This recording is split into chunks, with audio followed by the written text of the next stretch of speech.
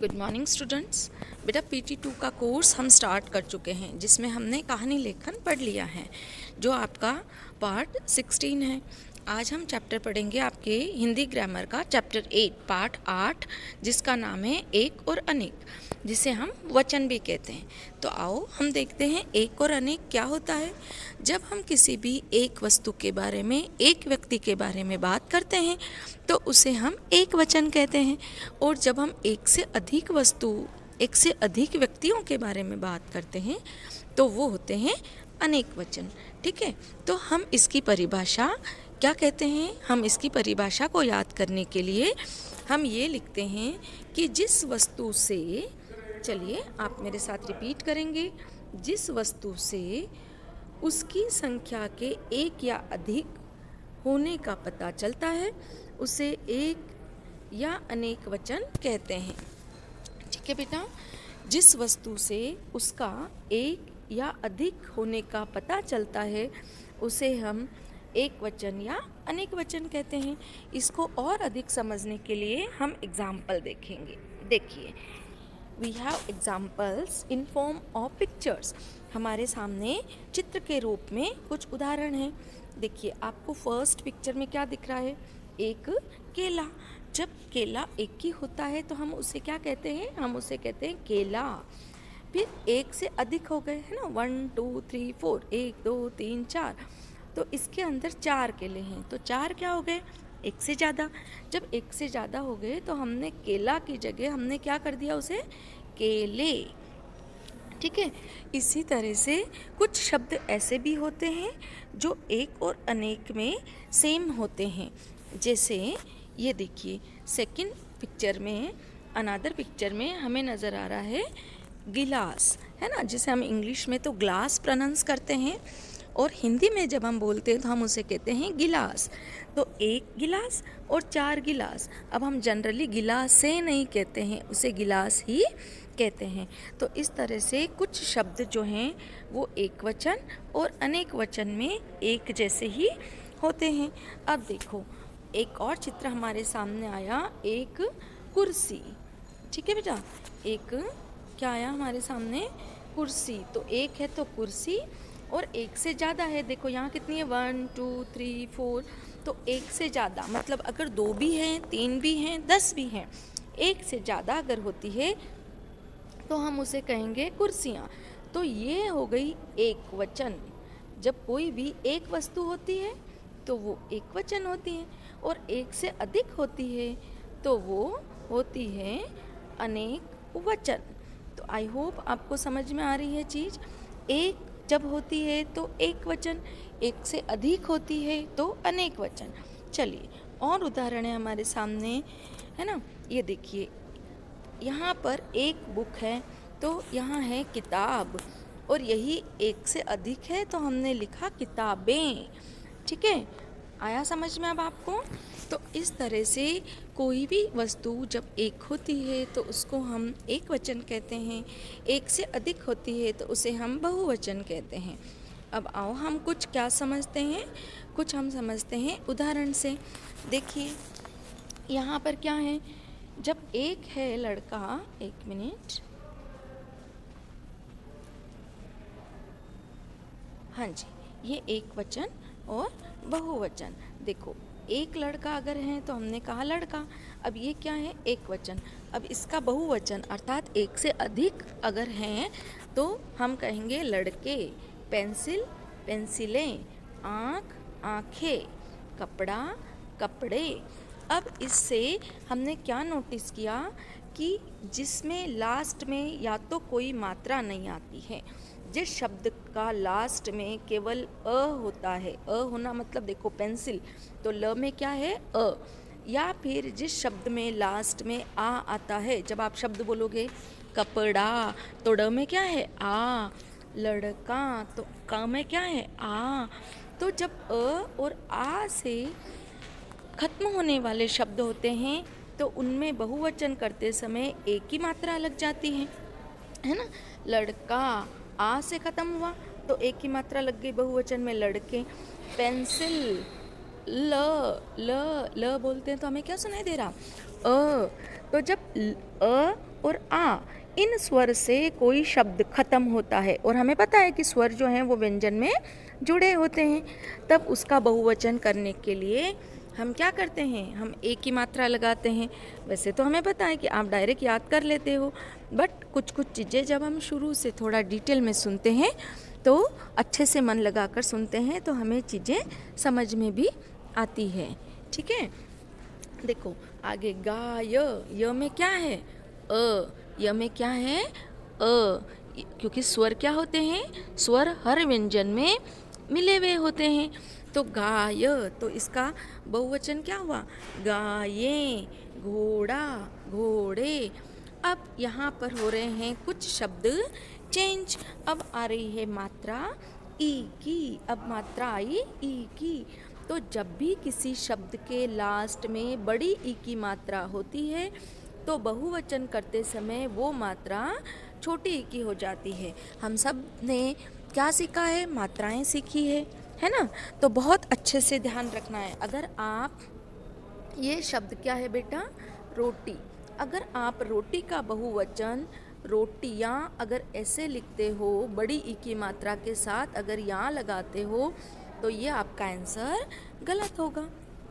तो आपको करना क्या है, आपको ये जो बड़ी ई की मात्रा होती है बहुवचन करते समय, इसे छोटी ई में करना है कन्वर्ट, है ना, छोटी ई की मात्रा बना देनी है और फिर आगे यहाँ लगाना है ना। और उदाहरण देखो, और उदाहरण है नदी, ठीक है, और उदाहरण है नदी, तो नदी से क्या हो जाएगा, नदियाँ।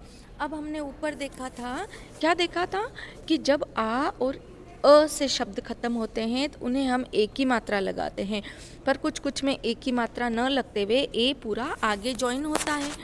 जैसे शब्द है माला, तो हम माला का माले लिखेंगे तो रॉन्ग है, तो हम क्या करेंगे, हम करेंगे मालाएं, है ना। जब आप बहुत सारे शब्द पढ़ोगे तो आपको आ भी जाएंगे। और अभी आप छोटे हैं, वैसे तो इजिएस्ट शब्द मम्मा आपको डायरेक्ट याद कराती है, बट जब आप इस वीडियो को एक दो बार सुनोगे तो आपको समझ में भी आएगा। ठीक है, अगेन देखो टोपी शब्द आया, टोपी में क्या है, बड़ी की मात्रा, बहुवचन किया तो क्या हो गया, छोटी की मात्रा। ये बहुत अच्छे से आपको याद रखना है, क्योंकि अगर आप बड़ी की मात्रा के साथ या लगा दोगे तो आपका आंसर गलत हो जाएगा। अगर आप टोपियाँ ऐसा लिखोगे तो आपका आंसर क्या है, रॉन्ग। तो आपको क्या करना है, प के छोटी की मात्रा लगानी है ना। देखिए फिर से शब्द आया गाड़ी, गाड़ियाँ, ठीक है, ये देखो गाड़ी, गाड़ियाँ, क्या किया हमने, ड़ की छोटी की मात्रा बना दी। पंखा, आ से शब्द खत्म हुआ ना, हम जब पंखा बोलते हैं तो लास्ट में हमें क्या सुनाई दे रहा, आ, बोल के देखो जोर से, पंखा, तो हमें सुनाई दिया आ, तो हमने किया पंखे। जूता, तो हमने किया जूते। ताला, ताले। अगेन बड़ी का शब्द आया घड़ी, है ना, तो घड़ी का जब हमने बहुवचन किया तो इस ड़ी की मात्रा को छोटी कर दिया, और घड़ियाँ, कहानी, कहानियाँ। ठीक है बेटा, आपको क्लियर हुआ एकदम। तो यहाँ पर देखिए हमने क्या सीखा, हमने सीखा एक संख्या का बोध कराने वाले शब्द एक वचन कहलाते हैं, एक से अधिक संख्या का बोध कराने वाले शब्द बहुवचन कहलाते हैं, और जो भी शब्द किसी वस्तु के एक या अनेक होने का बोध कराते हैं तो उसे हम वचन कहते हैं। तो आपके प्रश्न आ सकता है वचन किसे कहते हैं, तो जिस शब्दों से हमें एक या अधिक होने का, वस्तुओं के एक या अधिक होने का ज्ञान होता है तो उसे हम वचन कहते हैं। तो देखिए यहाँ पर कुछ मौखिक शब्द हैं, प्रश्न हैं। मौखिक प्रश्न आपके कहाँ आ सकते हैं, आपके मैं जब ओरल एग्ज़ाम लूँगी तब मैं आपको पूछ सकती हूँ, प्रश्न में भी आ सकते हैं। तो एक वचन की क्या पहचान है, तो हम लिखेंगे वस्तु का एक होना।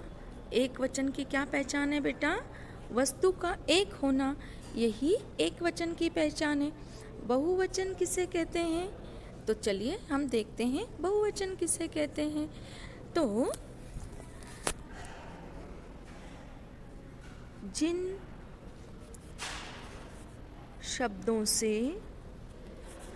जिन शब्दों से वस्तु का अधिक होने का पता चलता है, या हम ये कह सकते हैं कि बोध होता है, पता चलता है या बोध होता है, उसे हम बहुवचन कहते हैं। ठीक है, जिन शब्दों से वस्तु का अधिक होने का, मैंने यहाँ डायरेक्ट अधिक पता चलता है लिखा ना, अधिक होने का पता चलता है, उसे हम क्या कहते हैं? बहुवचन। ठीक है, अब यहाँ कुछ शब्द दिए हैं और क्या पूछा है? ये पूछा है कि इनके क्या बनाओ? इनके बनाओ आप बहुवचन। तो हम बनाएंगे बहुवचन। देखिए, झूला शब्द है और मैम ने अभी आपको क्या बताया? आ शब्द हो तो जनरली आ की मात्रा ए में कन्वर्ट होती है, तो इसका बहुवचन हो गया झूले। ठीक है, झूले। फिर कमरा, तो कमरा का हमने क्या कर दिया? कमरे। फिर मक्खी, तो देखो बड़ी की मात्रा है ना, तो इसको हम क्या करेंगे? इसको हम बड़ी की मात्रा को छोटी की मात्रा बना देंगे। छोटी की मात्रा लगती है अंदर से, तो ये हो गया मक्खियाँ। ठीक है, संतरा, तो संतरा का बहुवचन हो जाएगा संतरे। तोता, तो तोता का बहुवचन हो जाएगा तोते। क्लियर है? अब ये सब आपको कहाँ करने हैं? ये प्रश्न भी आप कॉपी में करेंगे, जो वैसे तो मैं आपको अलग से लिखकर और दे दूँगी। देखिए, जो शब्द एक संख्या का बोध कराते हो उन्हें क्या कहते हैं? तो उन्हें हम कहते हैं एक वचन। एक से अधिक संख्या बताने वाले शब्द क्या कहलाते हैं? बहुवचन। मालाएं शब्द से कौन से वचन का पता चलता है? बहुवचन। पुस्तक शब्द में कौन सा वचन है? एक वचन। ठीक है, चलिए, हाँ जी। अब देखिए, मेज पर खाली स्थान रखी है, तो मेज पर यहाँ दोनों चीज़ है, तो कहाँ आएगा बहुवचन रूप और कहाँ आएगा एक वचन रूप, ये हमें समझना है। तो देखो, बहुवचन रूप में क्या होता है बेटा? एक मिनट,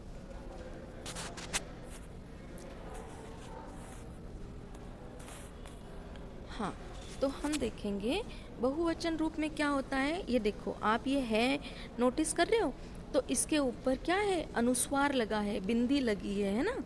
पहले वाक्य में है तो ऐसा है, और यहाँ देखिए दूसरे वाक्य में है पर बिंदु लगा है। तो जब ये बिंदु होता है, अनुस्वार होता है, तो ये क्या होता है? ये होता है बहुवचन का रूप। तो इसलिए हम पहले इस वाक्य में तो लिखेंगे किताब। क्या लिखेंगे? किताब। और दूसरे में क्या लिखेंगे? किताबें। दूसरे में हम क्या लिखेंगे? किताबें। समझ में आया आपको? हम फिर से लिख के बताते हैं आपको कि फर्स्ट में हम लिखेंगे सिर्फ किताब। क्यों लिखेंगे? हमने आपको क्लियर किया, क्योंकि इस है पर अनुस्वार नहीं है। इस है पर अनुस्वार होता है, अर्थात ये बहुवचन का रूप होता है, इसलिए मेरे पास किताबें है ना, ये बहुवचन आएगा यहाँ पर। ठीक है, चलिए आगे देखो। अगला वाक्य ख, खाली स्थान चमकीला है, तो क्या चमकीला है? एक वचन आएगा यहाँ पर, तारा चमकीला है। एक मिनट, हाँ जी, तो यहाँ पर क्या आएगा? तारा। देख पा रहे हैं आप? एक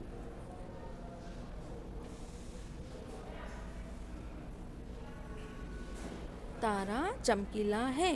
अब चमक रहे हैं मतलब अधिक की बात कर रहे हैं, तो यहाँ पर आना है तारे। ठीक है, तारे चमक रहे हैं। अब देखो, यह मेरी है क्या? गेंद।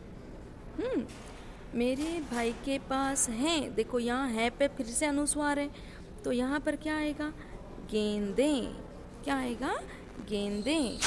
मेरे भाई के पास गेंदें हैं। अब देखो अगला वाक्य, अगले वाक्य में क्या है? तालाब में बतख हैं। और अगला उसके नेक्स्ट वाला सेंटेंस वाक्य है तालाब में बतख तैर रही हैं। देखो इस है पर फिर से अनुस्वार है, तो यहाँ पर आएगा बहुवचन रूप और यहाँ हम लिखेंगे बतखें। क्या लिखेंगे? बतखें तैर रही हैं। ठीक है बेटा, चलो। मैंने खाली स्थान खरीदा। क्या खरीदा? किसका पिक्चर है? गुब्बारे का। तो हम लिखेंगे मैंने गुब्बारा खरीदा। और यहाँ खरीदे अर्थात बहुवचन रूप है, तो हम लिखेंगे यहाँ गुब्बारा का बहुवचन रूप गुब्बारे। क्या लिखेंगे? यहाँ हम लिखेंगे गुब्बारे। ठीक है, तो यहाँ हमारा ये चैप्टर क्या होता है? कंप्लीट नहीं होता है ना। थोड़ी एक्सरसाइज और है, तो आइए हम और करते हैं थोड़ी एक्सरसाइज। देखिए 1 मिनट, आई थिंक कि ये थोड़ा सा हमें क्या करना होगा। हाँ जी, तो आइए बच्चे भी कुछ एक्सरसाइज हम और करते हैं। निम्नलिखित शब्दों के बहुवचन रूप बनाकर लिखिए। तो शब्द क्या है? आँख, तो इसका बहुवचन रूप क्या होगा बेटा? आँखें। ठीक है। नदी, तो नदियाँ। हमने देखा था ना कि बड़ी की मात्रा को क्या करते हैं? छोटी में कन्वर्ट करते हैं। रोटी, तो हम लिखेंगे रोटियाँ। बड़ी की मात्रा को हमने क्या किया है? छोटी में कन्वर्ट किया। माला, तो मालाएं, है ना। ये भी मैंने समझाया था आपको कि कुछ में ए जो है वो हम डायरेक्ट लगाते हैं। पंखा, तो पंखे। ठीक है। फिर ताला, तो ये हो गया ताले। घड़ी, तो घड़ियाँ, है ना, घड़ियाँ। हमने क्या किया है? बड़ी की मात्रा को छोटी में कर दिया। कपड़ा, कपड़े। ठीक है। फिर तितली, तो हम लिखेंगे तितलियाँ। और इसके लिए ल में जो बड़ी की मात्रा है इसको हम कर देंगे छोटी। ठीक है, तितलियाँ। और पत्ता शब्द का क्या हो जाएगा? पत्ते। करेक्ट। चलिए आगे बढ़ते हैं। अब यहाँ हमें क्या करना है? यह हमें करना है एक वचन और बहुवचन शब्दों को अलग अलग में डालना है। तो यहाँ मैं आपको लिखकर नहीं बताऊँगी, वीडियो बहुत लंबा हो जाएगा। चलिए ये आप क्या करें, चलो मैं बता देती हूँ आपको, क्योंकि हो सकता है कि कुछ बच्चों की समझ में अभी ना आए, तो और एग्जाम्पल से हमें समझ में आएगा। तो हम एक वचन वाले शब्द शुरू करते हैं पहले शब्द से। नदी क्या है बेटा? एक वचन। फिर आँखें क्या है? बहुवचन। अभी हमने एग्जाम्पल में 2-3 बार देखा है ना। तोते क्या है? बहुवचन। ठीक है। फिर एक मिनट, ये आप थोड़ा सा रिटर्न जो है वो आपको प्रॉपर खुद को समझना होगा। यहाँ फिंगर से लिखते टाइम थोड़ी राइटिंग जो है वो गड़बड़ हो जाती है ना। इससे पहले हमने यहाँ क्या लिखा है? यहाँ हमने लिखा है इससे पहले आँखें। ठीक। अब हम देखो फोर्थ शब्द क्या है? पतंगे। तो ये भी क्या है बेटा? ये भी है बहुवचन में, पतंगे। यहाँ एक वचन में अभी तक क्या आया है? सिर्फ शब्द नदी। फिर देखो आम। आम भी क्या है? एक वचन। अच्छा, हम और बता दें आपको कि आम, मेरे पास एक आम है, मैंने 4 आम खरीदे। तो जैसे हमने गिलास शब्द पढ़ा था ना, वैसे ही आम शब्द है। आम अगर आप एक वचन में लिखते हो तो भी सही है, अनेक वचन में लिखते हो तो भी यहाँ पर सही आएगा। अगला शब्द देखो केले। तो ये हैं बहुवचन। मैं यहीं लिख देती हूँ क्योंकि वहाँ पर इतनी जगह नहीं है, कॉलम छोटे हैं। नीचे ये पेन वाला साइन आ गया। चाबी क्या है? एक वचन। चाबी क्या है? एक वचन। टोपी क्या है? एक वचन। फूल क्या है? एक वचन। किताबें क्या है? बहुवचन। ठीक है।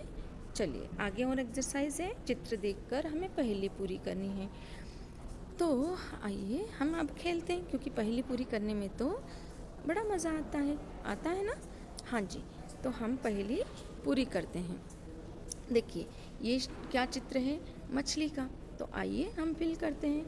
मछली, मछली जल की रानी है, जीवन उसका पानी है। अब ये देखो, ये क्या है? ये है तितली महारानी। तो हमने तितली, सॉरी यहाँ पर क्या आएगा? त, है ना, तितली। अब ये देखो क्या नज़र आ रहा है आपको? तारा। और ये कौन है? महाराज, राजा जी। तो हमने लिखा राजा। ये क्या है? खरगोश। तो हमने लिखा खर गो और श तो लिखा है। और ये चित्र किसका है? शलजम। तो हमने लिखा शलजम। तो मज़ा आया, है ना, चित्र की पहली पूरी करने में। यहाँ जो है आपका चैप्टर कंप्लीट होता है। वीडियो को पूरा देखना है, तब अच्छे से चैप्टर समझ में आएगा। बुक फिलिंग भी आप खुद कर पाएंगे, क्योंकि आपको जो बुक फिलिंग है उसके जो पिक्चर्स हैं वो आपको कब मिलेंगे? कल मिलेंगे। तो देखते हैं कल से पहले मुझे कौन कौन बुक फिल करके उसकी पिक प्रॉपर सेंड करता है। So thank you very much, have a good day. बहुत इजी सा वर्ड पढ़ा है। अब आप क्या करेंगे? अब आप घर में जो भी वस्तु दिखती है उसका एक वचन और अनेक वचन करेंगे, है ना। जैसे आपके पास क्या क्या है? आपके आसपास जो भी चीज़ें रखी होती हैं उसका हम एक वचन और अनेक वचन कर कर देखेंगे। जैसे मम्मा की साड़ी, तो अनेक वचन हो गया साड़ियाँ। आपका कमीज़, तो उसका अनेक वचन हो गया कमीजें। खिलौना, खिलौने। तो इस तरह से बहुत सारे एग्जाम्पल आपके आसपास जो भी दिखते हैं उसका एक वचन मतलब एक वस्तु और अनेक वचन मतलब एक से अधिक वस्तु।